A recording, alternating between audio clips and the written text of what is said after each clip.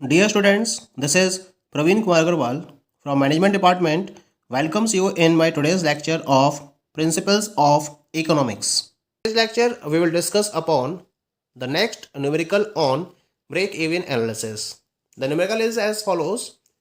The company sold in two successive periods, 7,000 units and 9,000 units, and has incurred a loss of rupees 10,000 and earned a profit of rupees 10,000 successively. If selling price per unit be rupees 100, then calculate the amount of fixed expenses, the number of units to break even, and third one is the number of units to earn a profit of rupees 40,000. यानी company ने दो successive periods में 7,000 units और 9,000 units को sale किया। पहले case में उसको 10,000 का लॉस हुआ और दूसरे केस में उसको 10,000 रुपये का प्रॉफिट हुआ। साथ में आपको दे रखा है कि अगर selling price 100 rupees per unit हो तो आपको बताना है कि कंपनी के फिक्स्ड एक्सपेंसेस क्या है, ब्रेक इवन पॉइंट को आपको डिटरमाइन करना है इन टर्म्स ऑफ यूनिट्स, और प्रॉफिट 40,000 रुपये का अगर अर्न करना हो तो इसके लिए कितनी नंबर ऑफ यूनिट सेल करनी होगी, ये आपको यहाँ पर कैलकुलेट करके बताना है। तो now come to the solution of the problem. पहले हम बात करते हैं sales in first period and in second period.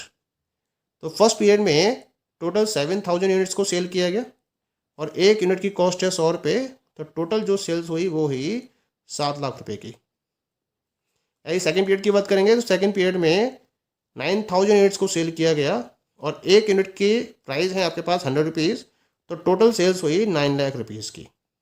ठीक है, यहाँ हम बात करते हैं कंट्रीब्यूशन की।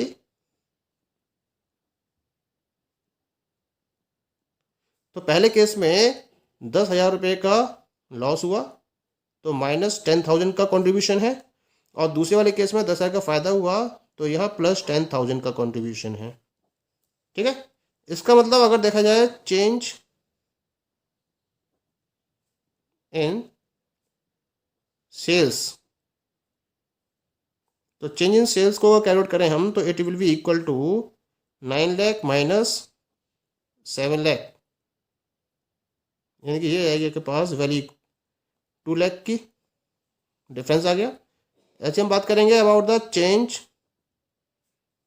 इन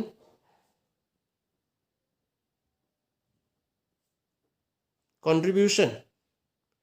तो चेंज इन कंट्रीब्यूशन में 10,000 माइनस 10,000 होगा, यहाँ पर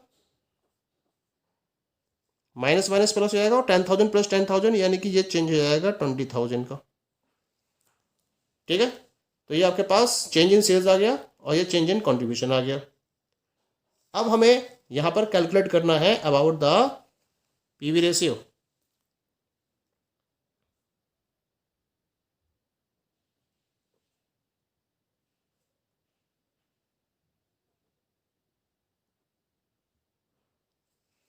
पीवी रेशियो का फॉर्मूला होता है कंट्रीब्यूशन अपॉन सेल्स इनटू 100। तो यहाँ हम लेके चलेंगे चेंज इन कंट्रीब्यूशन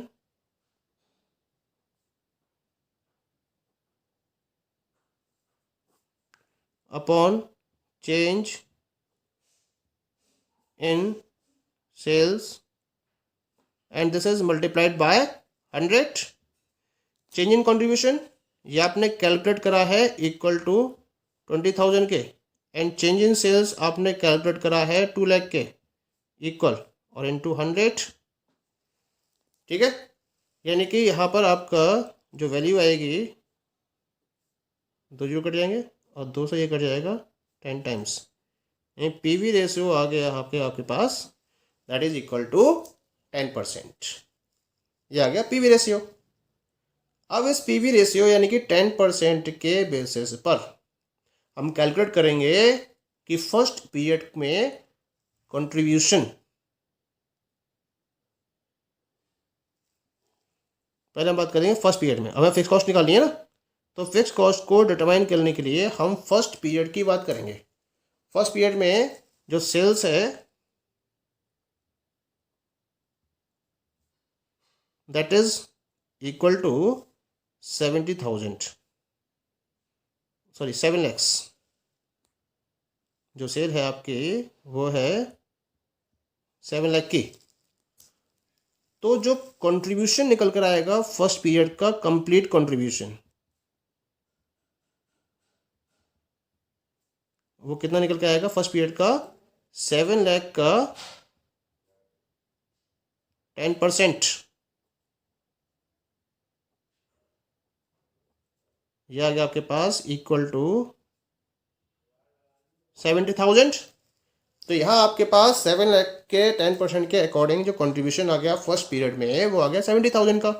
और फर्स्ट पीरियड में जो आपका लॉस है वो कितना है? दैट इज इक्वल टू -10,000, क्योंकि लॉस हुआ है आपको, है ना। कंट्रीब्यूशन है 70,000 का, तो यहाँ हम इसके हिसाब से फिक्स्ड कॉस्ट को निकाल सकते हैं, क्योंकि हम क्या करते हैं, फॉर्मूला अप्लाई करते हैं, profit equal to profit oblique loss equal to contribution minus fix cost. Loss कितने का है? -10,000। यहाँ आपने कंट्रीब्यूशन कितना निकाला है? 70,000, और माइनस आपने क्या निकालना है? फिक्स कॉस्ट को डिटरमाइन करना है।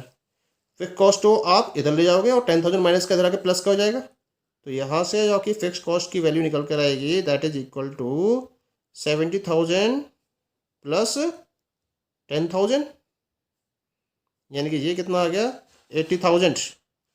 यानी कि जो फर्म के फिक्स्ड एक्सपेंसेस हैं, fixed expenses will be equal to ₹80,000। ये तो आपके पास आ गया पहला आंसर। पॉइंट क्लियर हो गया? ठीक है, अब हम बात करेंगे सेकंड आंसर की।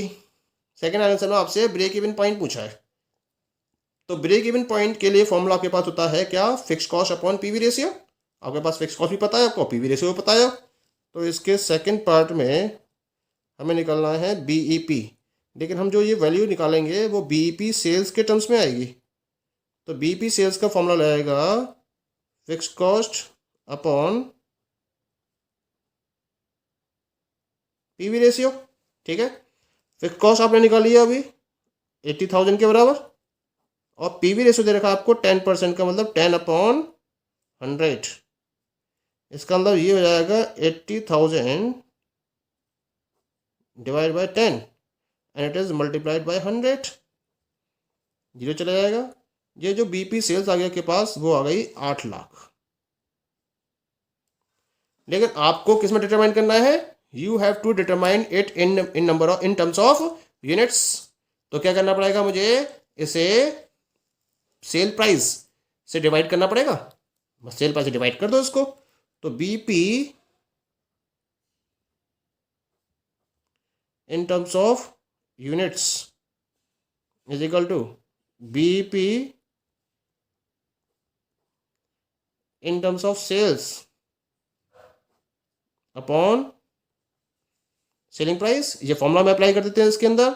जो बीपी सेल्स निकाली है आपने, वो निकाली है 8 लाख रुपए, और जो सेलिंग प्राइस है वो आपको दे रखा है 100 rupees.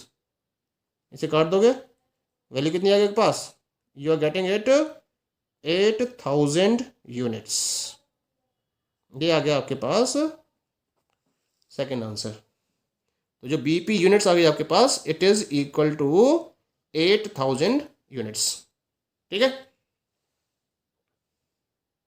Now in third part we have to calculate the number of units to earn profit of ₹40,000।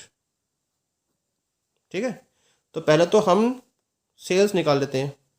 तो फॉर्मूला लगेगा हमारा sales is equal to fix cost plus desired profit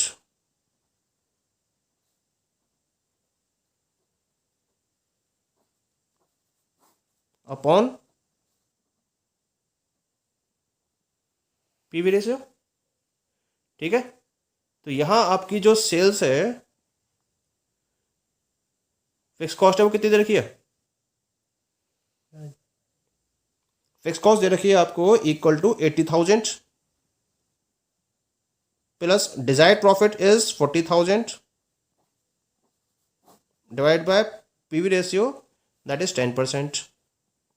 8 4 12, 1,20,000 बटे 10 और बटे 100 होगा तो 100 ऊपर मल्टीप्लाई में चले जाएगा, यानी कि ये जो सेल्स आ गई वो आ गई आपके पास 12 लाख।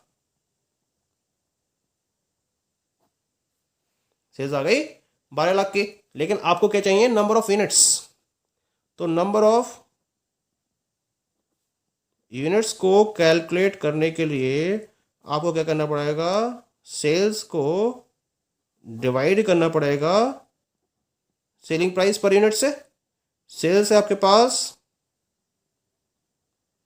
12 लाख की, और जो सेलिंग प्राइस है वो दे रखे हैं आपको 100 रुपीज़ पर यूनिट, तो जीरो कट जाएंगे।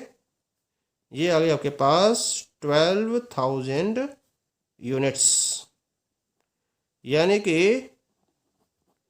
इन 12,000 यूनिट्स को सेल करने के बाद जो फर्म का प्रॉफिट होगा वो 40,000 का होगा।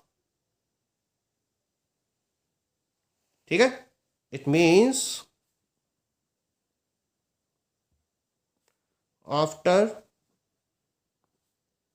Selling 12,000 units,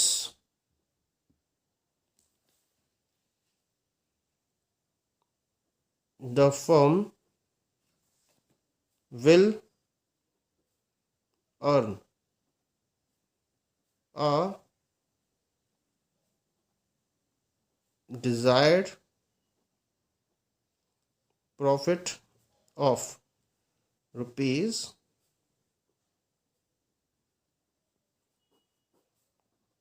40,000. So the question is clear and the solution is clear to you. Thank you.